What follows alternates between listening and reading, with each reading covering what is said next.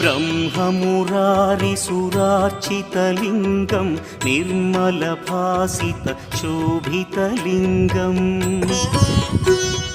जन्मजदुःखविनाशकलिङ्गं तत्प्रणमामि सदा शिवलिङ्गम् देवमुनिप्रवरार्चितलिङ्गं कामदहन करुणाकरलिङ्गम् रावणदर्पविनाशकलिङ्गं तत्प्रणमामि सदा शिवलिङ्गम्